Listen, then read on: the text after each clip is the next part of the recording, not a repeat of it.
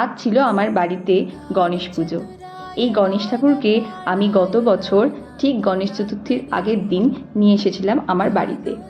সে বছর বিশেষ ব্যবস্থা কিছুই করে উঠতে পারিনি, তাই এবছর আমার খুব ইচ্ছা ছিল যে গণেশ চতুর্থীর দিন আমি নিজের মতন করে কিছু একটা গণেশ ঠাকুরকে বানিয়ে দেবো। তাই বানাচ্ছি মোদক, গণেশ ঠাকুরের প্রিয় মিষ্টি। ঘিয়ের মধ্যে নারকেল কোড়া দিয়ে তার মধ্যে একটু গুঁড়ো দুধ আর কিছুটা এরকম করে কাজু ক্রাশ করে সেই কাজু ক্রাশটা এর মধ্যে দিয়ে দিতে হবে। এরপর মিষ্টির জন্য মিল্ক মেড বা কনডেন্স মিল্ক এই বিষয়টা এর মধ্যে দিয়ে ভালো করে পাক দিয়ে নিলেই কিন্তু পুর রেডি। আর এর মধ্যে আমি দিয়ে দিচ্ছি দুটো কিশমিশ, আর মোল্ডের মধ্যে ফেলে এইভাবে বানিয়ে নিলেই তৈরি হয়ে যাবে দোকানের মতো মোদক।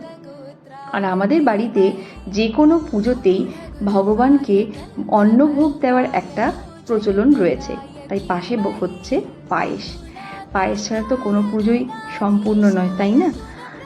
আমার সমস্ত মোদক এখানে তৈরি হয়ে গেছে, আর একটু ওপর থেকে জাফরান দিয়ে দিচ্ছি রং এবং সুবাসের জন্য। আমি পায়েসেও জাফরান দিয়েছি একই কারণে। এরপর পায়েস এবং মোদক নিয়ে আমি চলে যাব আমার ভগবানের পুজো সম্পূর্ণ করতে। প্রথমেই ভগবানকে স্নান করিয়ে নিচ্ছি। দুধ, দই, মধু, হলুদ জল, পঞ্চামৃত এবং নর্মাল জলে ভালো করে স্নান করিয়ে গণেশকে মুছিয়ে আমি গণেশের সিংহাসন তৈরি করছি। এই ফুলগুলো এবার না বাজারে খুব উঠেছে, তাই আমি 3টে নিয়ে এসেছি। আর গণেশ ঠাকুরের তো হলুদ রং ভীষণ প্রিয়, তাই একদম ওপরে আমি হলুদ রঙের এই পদ্ম ফুলটাই দিলাম আর কি। এরপর একে একে বেলপাতা, ফুল, দুব্বো ঘাস দিয়ে পুজো করছি।